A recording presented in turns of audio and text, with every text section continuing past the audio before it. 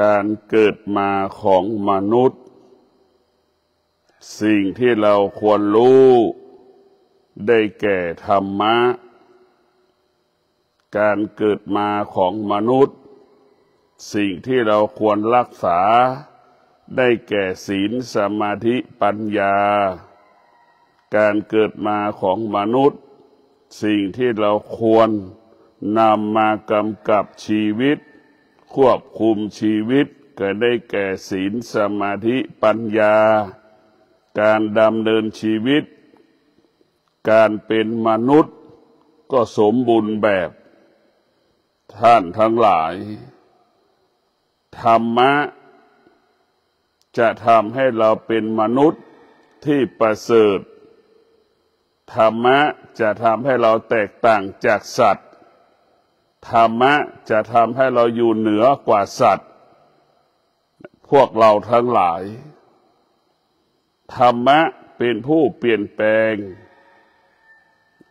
การรับรู้ของมนุษย์โดยธรรมชาติของมนุษย์รับรู้แต่เรื่องธรรมชาติเป็นพื้นฐานพวกเราทั้งหลายธรรมชาติเป็นพื้นฐานการดำเนินชีวิตของมนุษย์ทุกคนแต่ธรรมชาตินั้นไม่สามารถควบคุมชีวิตการเป็นมนุษย์ได้เพราะมนุษย์มีความโลภความโกรธความหลงความอยากได้อยากมีอยากเป็นที่มันต้องการธรรมะจะเป็นผู้ที่หยุดยั้งยับยั้งสิ่งที่เป็นโลภะโทสะโมหะความโลภก็ดีความโกรธก็ดีความหลงก็ดีมิให้มันเกิดขึ้นในใจของเราธรรมชาติมันเสมอเหมือนกันหมดแม้กระทั่งพระพุทธเจ้าเกิดมาเป็นกษัตริย์พระพุทธเจ้าก็เกิดคำว่ามีความอยากมีความต้องการเสมอเหมือนเราทั้งหมดทั้งสิ้นทุกคนเกิดมาเสมอเหมือนกันหมดไม่มีอะไรแตกต่างกันโดยธรรมชาติเป็นพื้นฐานของจิตแต่ธรรมชาตินั้นไม่สามารถพัฒนาเราได้แต่ธรรมชาตินั้นเป็นรูปแบบที่เราจะนำไปพัฒนาและแก้ไขชีวิตเราได้พวกเราทั้งหลายสิ่งที่จะแก้ไขชีวิตสิ่งที่จะพัฒนาชีวิตจะให้ชีวิตเหล่านั้นไปสู่ความดีงามสู่ความงอกงามได้ก็ได้แก่ธรรมะธรรมะก็หมายถึงศีลสมาธิปัญญาเป็นความจริงขั้นเบื้องต้นเป็นความจริงขั้นกลางเป็นความจริงขั้นสูงสุดในพวกเราทั้งหลายศีลสมาธิปัญญาเป็นความจริงเบื้องต้นเป็นความจริงขั้นกลางเป็นความจริงขั้นสูงสุดศีลสมาธิปัญญาจึงมีบทบาทต่อการเป็นมนุษย์ทุกขณะลมหายใจพวกเราทั้งหลายเราเกิดมาเป็นมนุษย์เราจะรักษาการเป็นมนุษย์ก็ให้เรารักษาศีลเราจะรักษาการเป็นมนุษย์ก็ให้เรานั้นภาวนาเราจะรักษาการเป็นมนุษย์ก็ให้เรานั้นมีปัญญาเมื่อเรามีศีลมีสมาธิเรามีปัญญาแล้วเราจะพัฒนาการเป็นมนุษย์มันง่ายมันสะดวกพัฒนาการเป็นมนุษย์ให้เป็นมนุษย์ที่ประเสริฐยิ่งขึ้นไปพวกเราทั้งหลายโดยเฉพาะศีลสมาธิปัญญาเป็นเหตุให้เรารู้ความจริงเห็นความจริงที่พระพุทธเจ้าค้นพบความจริงของชีวิตความจริงที่อยู่เหนือชีวิตพวกเราต้องคิดพิจารณาอยู่สองประการความจริงของชีวิตเช่นมนุษย์และสัตว์มีความอยากเสมอเหมือนกันหมดความจริงที่อยู่เหนือชีวิต ก็คือสติสมาธิและปัญญาอยู่เหนือสัตว์พวกเราทั้งหลายอยู่เหนือธรรมชาติเนี่ยพวกเราทั้งหลายเราจะหยุดยั้งความอยากได้เมื่อเรามีสติเราจะเปลี่ยนแปลงชีวิตไปสู่ความดีงามได้ก็เพราะสติกับปัญญาแต่พวกเราทั้งหลายศีลเป็นขั้นพื้นฐานศีลได้เป็นขั้นพื้นฐานการดำเนินชีวิตของมนุษย์ทุกคนศีลเป็นขั้นพื้นฐานที่มนุษย์จะควรนำมากำกับมากำหนดมาควบคุมชีวิตมนุษย์ทั้งโลกไม่มีหลักให้กับชีวิตมนุษย์ทั้งโลกเอาความคิดมาเป็นหลักของชีวิตมนุษย์ทั้งโลกจึงแปรสภาพเปลี่ยนแปลงไม่มีวันจบสิ้นอยากได้สิ่งนั้นอยากได้สิ่งนี้อยากรู้สิ่งนั้นอยากรู้สิ่งนี้จนแก่จนเฒ่าจนชราก็เพราะเราไม่มีหลักของความจริงเพราะฉะนั้นธรรมะเป็นหลักของความจริงที่มนุษย์ทั้งโลกควรรู้และควรศึกษาควรนำไปปฏิบัติเมื่อมนุษย์รู้และนำไปปฏิบัติก็ได้รู้ความจริงเข้าถึงความจริงที่พระพุทธเจ้าค้นพบดังคำว่าเกิดก็เป็นทุกข์แก่ก็เป็นทุกข์เจ็บก็เป็นทุกข์นี่แหละพวกเราทั้งหลายเมื่อเราเกิดมาแล้วเราจำเป็นต้องพึ่งพาตนเองอาศัยตนเองดังคำว่าตนและเป็นที่พึ่งแห่งตนยามที่เราแก่ยามที่เราเจ็บป่วยยามที่เราจะตายเราต้องพึ่งพาตนเองอาศัยตนเองเราต้องพึ่งพาตนเองอาศัยตนเองเจ็บก็ไปหายากินเจ็บป่วยมากก็ให้ไปเราก็ไปหาหมอเราจะต้องพึ่งพาตนเองอาศัยตนเองเราจึงจะเท่าทานความแก่ความเจ็บความตายเราได้หากเราไปพึ่งลูกพึ่งหลานเราจะไม่เท่าทานความแก่ความเจ็บความตายหากเราไม่ยอมรับความจริงความแก่ความเจ็บความตายมันจะทำให้เราแก่เจ็บตายก่อนเวลากำหนดธรรมะของพระพุทธเจ้ามันบอกสอนให้เรารู้เรื่องความจริงทั้งสิ้นในพวกเราทั้งหลายความจริงกับทุกคนเป็นสิ่งที่ทุกคนต้องการและปรารถนา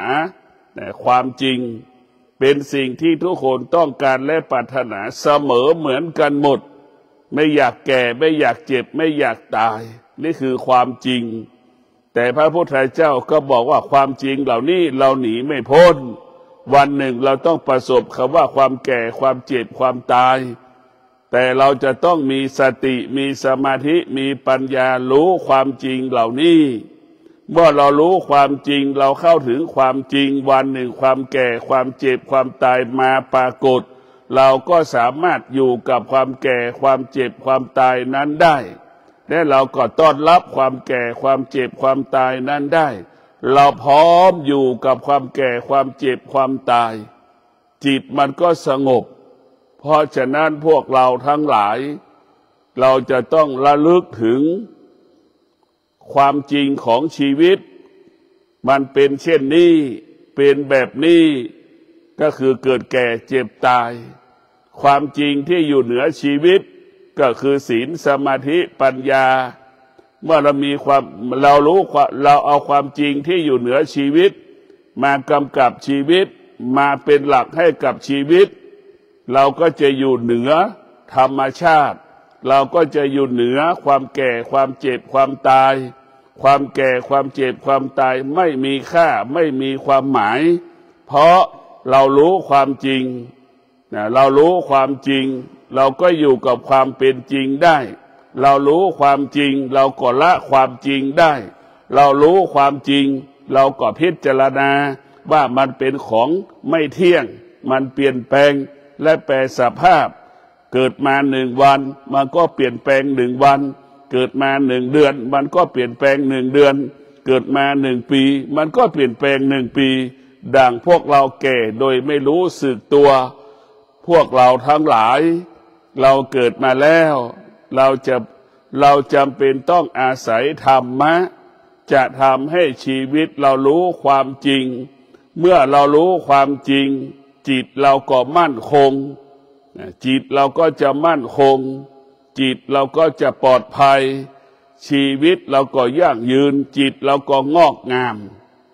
เรารู้ความจริงว่าเราต้องการความสำเร็จเราจำเป็นต้องมีสติและปัญญาความสำเร็จก็จะเกิดขึ้นกับชีวิตของเราและความสำเร็จก็จะเกิดขึ้นมนุษย์ทุกคนต้องการความสงบมนุษย์ก็ต้องปฏิบัติตนประพฤติตนจนถึงที่สุดกายสงบวาจาสงบใจสงบสิ่งเหล่านี้เป็นสิ่งที่มนุษย์ทุกคนต้องการและปรารถนาตลอดเวลาทุกลมหายใจผู้ที่มีปัญญาจึงรู้ว่าสิ่งที่ความสงบจึงรู้ว่าความสงบมีความสำคัญต่อการมีชีวิตอยู่บนโลกใบนี้มีความสำคัญต่อการมีชีวิตอยู่ของมนุษย์โลกแต่ความสงบเรียกว่าบุคคลใดมีความสงบบุคคลผู้นั้นจะมีจิตที่ละเอียดมีจิตที่ละเอียดคิดสิ่งใดก็ละเอียดปาณีตสุขุมรอบคอบพูดสิ่งใดก็รอบคอบละเอียดปาณีตกระทำการใดๆก็เกิดแต่เขาว่าชนะสำเร็จพวกเราทั้งหลายถ้าเรามีจิตที่ละเอียดเราจะรู้ที่คนอื่นเขาไม่รู้เราจะเห็นสิ่งที่เขาไม่เห็นเราจะทำได้สิ่งที่เขาทำไม่ได้ดังครูบาเจ้าศรีวิชัยสร้างถนนขึ้นดอยสุเทพนั่นแหละพวกเราทั้งหลายจิตที่มีสมาธิจิตที่มีปัญญาทำที่คนอื่นเขาไม่ทำทำที่คนอื่นเขาทำไม่ได้ดังครูบาเจ้าศรีวิชัยสร้างถนนขึ้นดอยสุเทพนี่แหละพวกเราทั้งหลายอานุภาพของธรรมคนที่มีธรรมก็คือจะเห็นธรรมว่าเป็นมีพลังและมีอานุภาพดังครูบาเจ้าศรีวิชัยหัวใจมีธรรมจึงทำสิ่งที่คนอื่นไม่ทำก็คือสร้างถนนขึ้นดอยสุเทพพระธาตุดอยสุเทพพวกเราทั้งหลายนั่นแหละและผู้ที่มีธรรมขั้นสูงสุด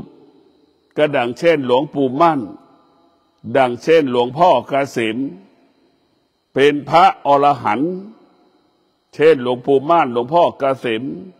เป็นพระอรหันต์เห็นธรรมเหนือกว่าสิ่งอื่นๆเห็นธรรมเป็นหลักเอาธรรมเป็นหลักพวกเราทั้งหลายหลวงปู่มั่นไม่เคยสร้างศาสนวัตถุหลวงพ่อเกษมไม่เคยสร้างศาสนวัตถุกุฏิจะอยู่กับหลวงปู่มั่นก็ไม่เคยคิดที่จะสร้างเช่นเดียวกับหลวงพ่อเกษมก็ไม่เคยคิดจะสร้างมีแต่คนสร้างให้แต่พวกเราทั้งหลายเราจะเห็นได้ว่าหัวใจที่มีธรรมขั้นสูงสุดจะเห็นธรรมเป็นหลักเอาธรรมเป็นหลักดังเช่นหลวงปู่มั่นไม่สร้างศาสนวัตถุสร้างศาสนธรรมสถานที่ใดที่หลวงปู่มั่นไปปฏิบัติธรรมสถานที่นั้นเป็นวัดแทบทุกสถานที่ในพวกเราทั้งหลายนั่นแหละคือธรรมหลวงปู่ไปบอกไปนั่งสมาธิแต่ละจุดก็บ่งบอกนั่นนี่แหละคือวัดที่คนต่อไปจะต้องมาสร้างหลวงปู่ไม่ได้สร้างแต่หลวงปู่ไปนั่งไปอธิษฐานไว้นี่แหละคือวัดเหล่านี้เกิดจากธรรมถ้าพระรูปไหนไปอยู่สถานที่หลวงปู่มั่นไม่มีธรรมก็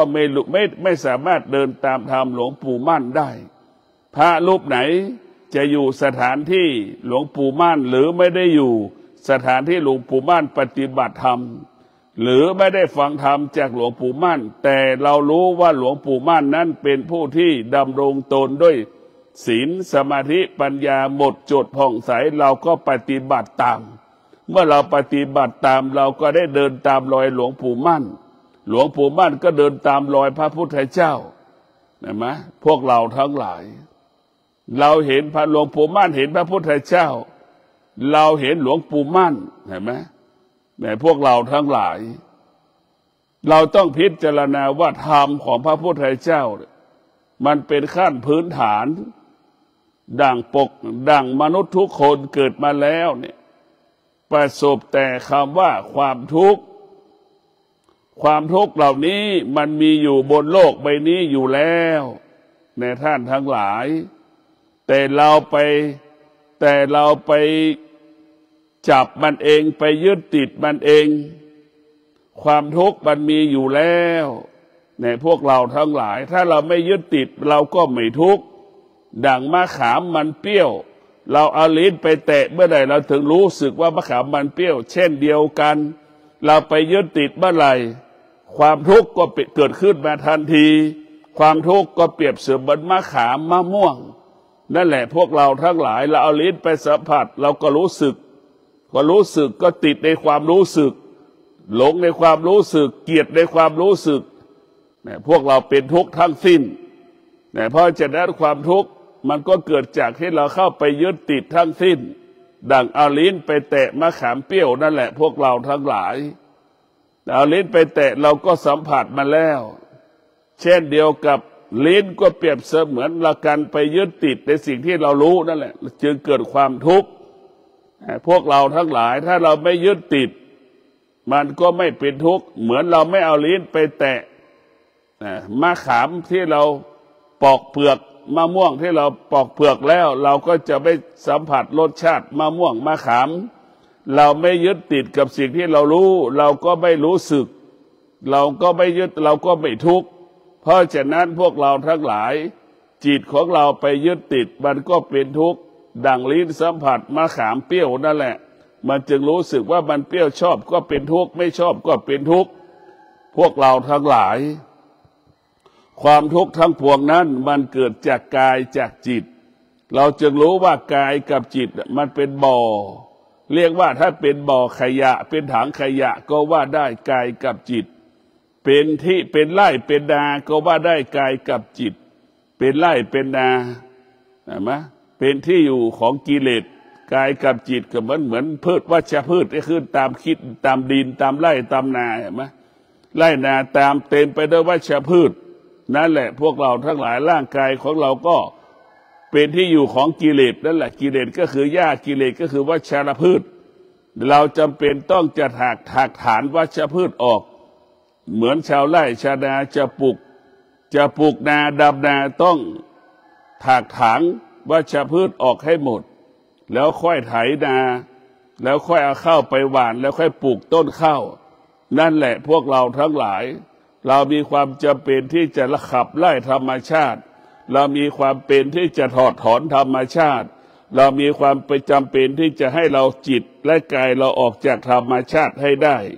ก็ขอให้พวกเราได้มีสติพิจารณาว่าเราจะถอนธรรมชาติจากจิตเราได้ยังไงจิตเราได้แหละคือเป็นตัวธรรมชาติร่างกายเราได้แหละคือเป็นธรรมชาติพวกเราทั้งหลายความชั่วความดีอยู่ที่กายของเราหมดเนี่ยมันทำให้เราเบียดเบียนเราเนี่ยพวกเราทั้งหลายมันอยู่ในตัวเราหมดทุกอย่างมันเป็นสมมติบัญญัติมันไม่มีอยู่ในตัวเราเราก็สมมติมันขึ้นมาก็มีความรู้สึกกับมันไม่มีความรู้สึกก็สร้างความรู้สึกขึ้นกับมันมาชีวิตเราจะอยู่ใต้อำนาจความรู้สึกการเป็นมนุษย์ทุกคนเป็นเช่นนี้แต่เรามาปฏิบัติธรรมเรามาศึกษาธรรมเราจะทำลายความรู้สึกเราจะไม่ให้ความรู้สึกมันเกิดเราจะหยุดความรู้สึกเราจะยับยั้งความรู้สึกในร่างกายของเราเนี่ยมีความรู้สึก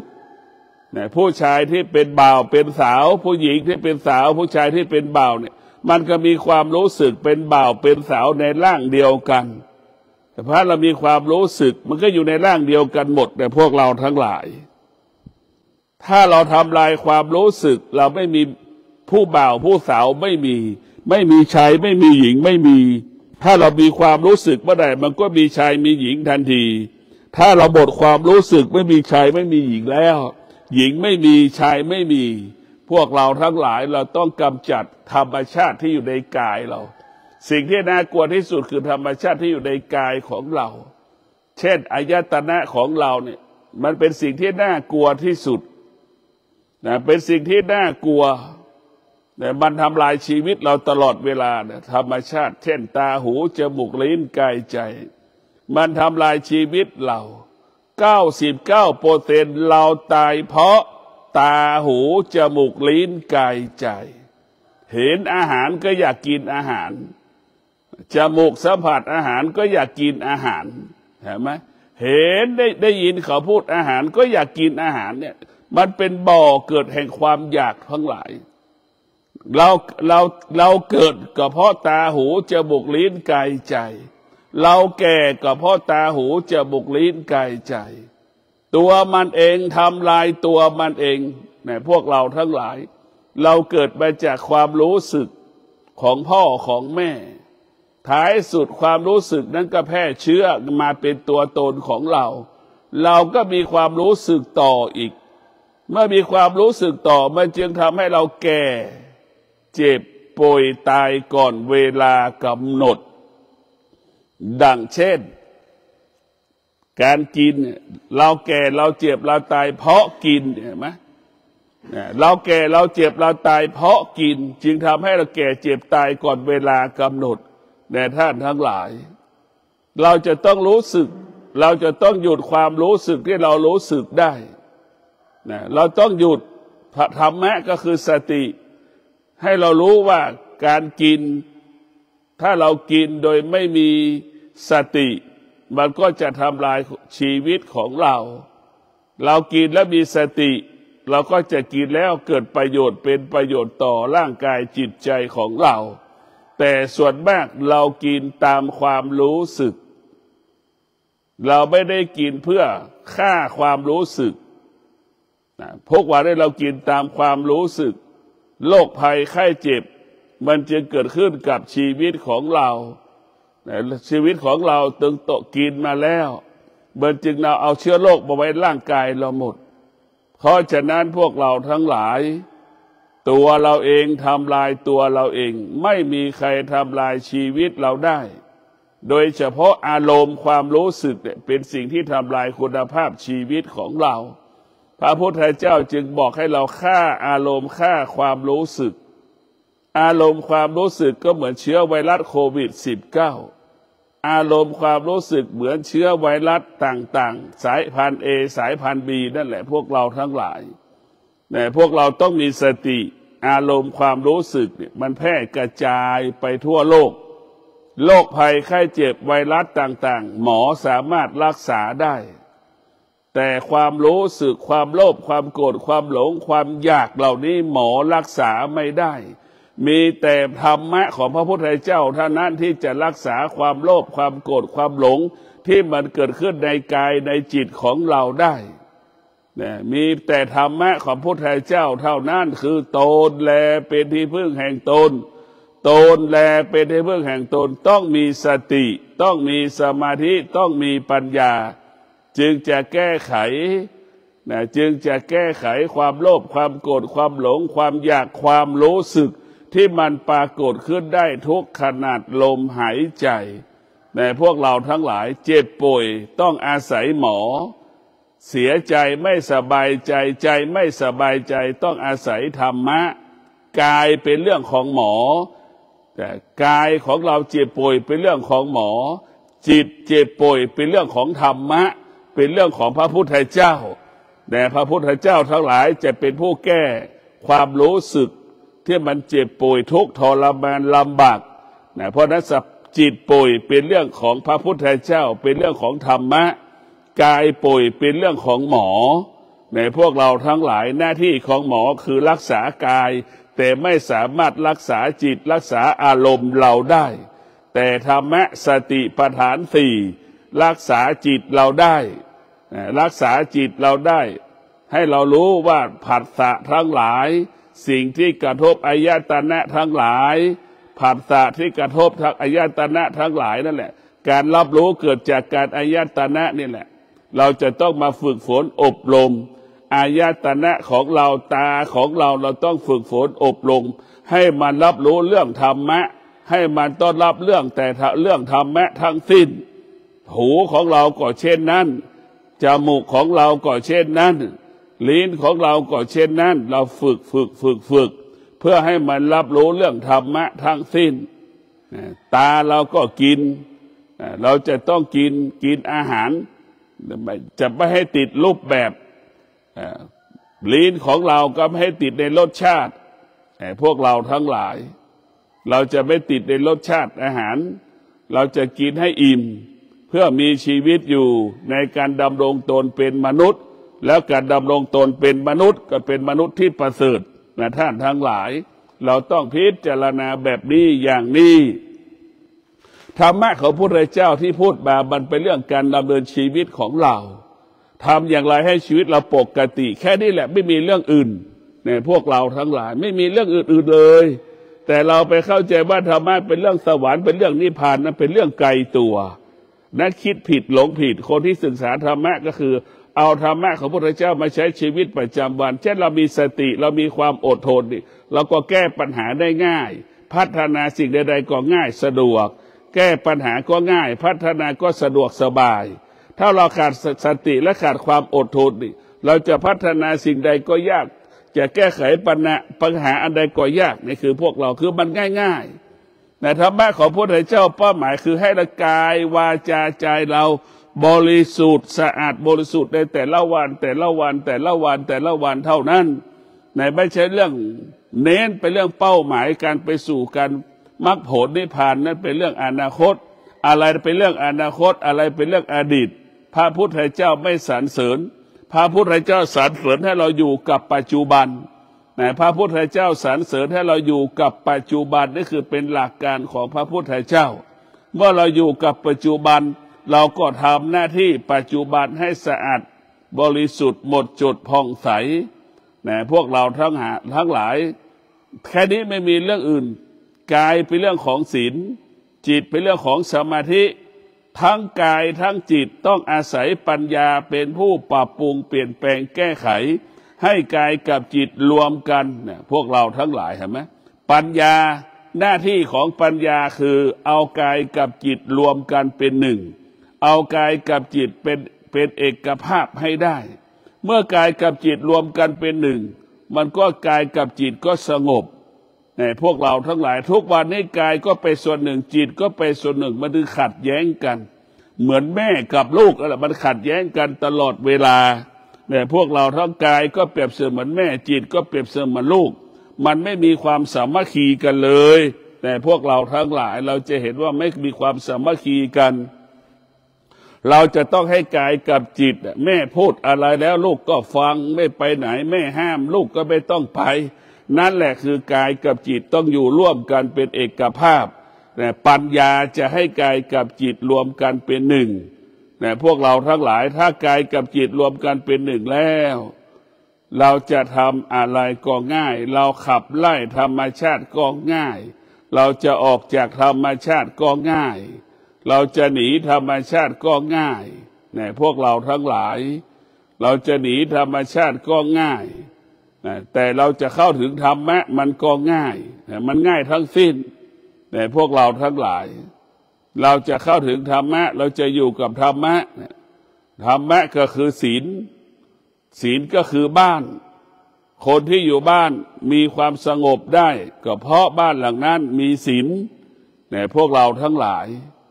บ้านหลังนั้นประกอบไปด้วยศีลคนอยู่ในบ้านก็สงบถ้าบ้านหลังนั้นไม่มีศีลคนอยู่ในบ้านก็ไม่สงบนี่แหละพวกเราทั้งหลาย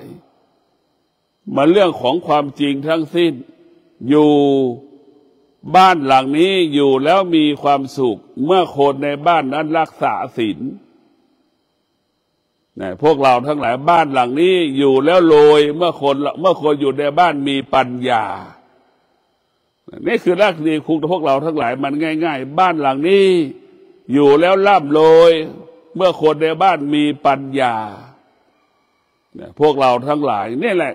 บ้านหลังนี้อยู่แล้วทุกข์เมื่อคนในบ้านล่วงละเมิดศีล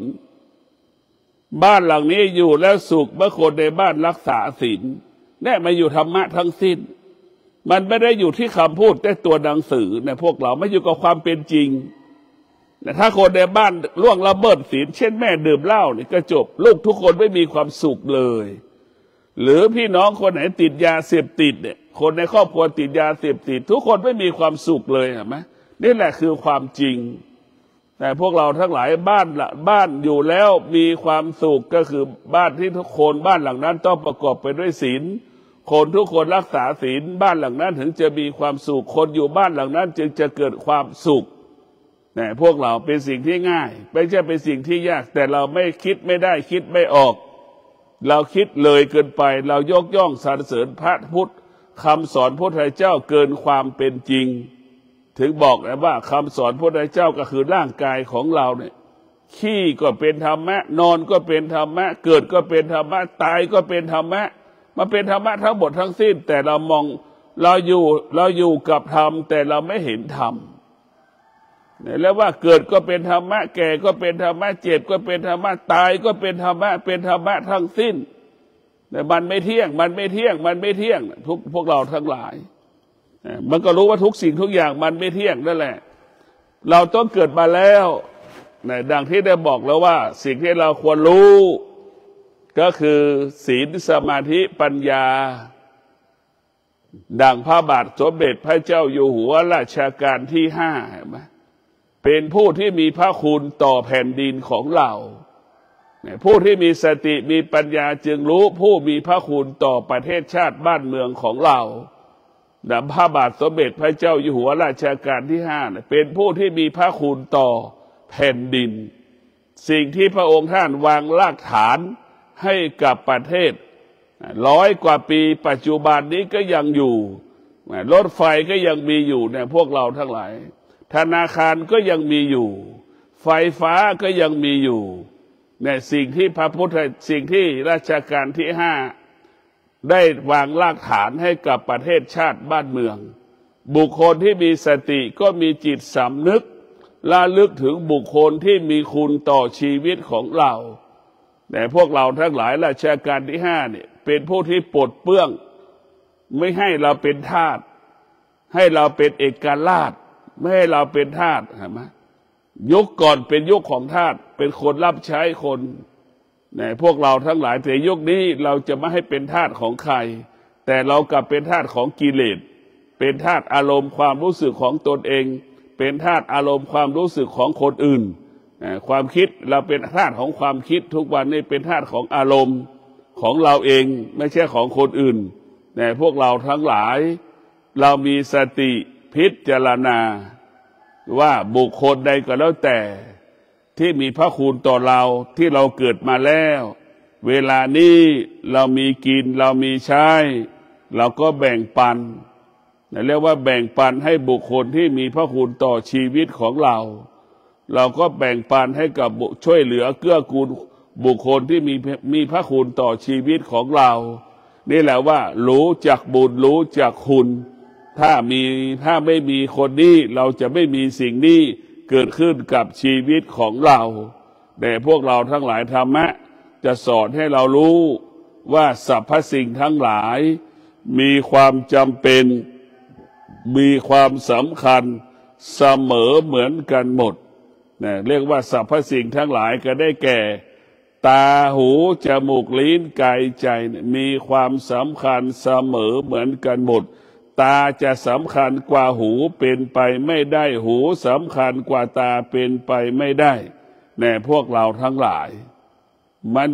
ทั้งตาอายตนะทั้ง6มีความสำคัญเสมอเหมือนกันหมดนี่แหละหลักคิดของผู้ที่มีปัญญาจะให้ความเป็นธรรมไหนได้ว่าเสมอเหมือนกันหมดก็อยากให้พวกเราได้พิจารณาว่าชีวิตของเราเนี่ยมันต้องอาศัยสิ่งต่างๆเป็นองค์ประกอบเช่นตาหูจมูกลิ้นกายใจเนี่ยเป็นองค์ประกอบในการเป็นมนุษย์แต่ส่วนธรรมะนั้นจะไม่เห็นความสำคัญว่าคนตาบอดก็สามารถปฏิบัติธรรมเป็นอรหันต์ได้คนหูหนวกปฏิบัติธรรมก็สามารถเป็นอรหันต์ได้คนพิการ ก็สามารถปฏิบัติธรรมแล้วก็บรรลุธรรมเป็นพระอรหันต์ได้เห็นไหมอวัยวะไม่ใช่เป็นอุปสรรคเป็นปัญหาไม่ได้เป็นอุปสรรคปัญหาต่อการปฏิบัติธรรมในพวกเราทั้งหลายแต่ธรรมะของพระพุทธเจ้าที่สิ่งที่เป็นอุปสรรคปัญหาก็คือจิตของเรานี่แหละมันมีความอยากมันมีความโลภเห็นไหมมันก็บังคับกายเหมือนช้างจิตเราก็บังคับกายจิตของเราก็เหมือนช้างเห็นไหมกายเราก็เหมือนท่อนสูงล่ะที่ช้างลากท่อนสูงนั่นมันจิตเราก็ลากร่างกายเราไป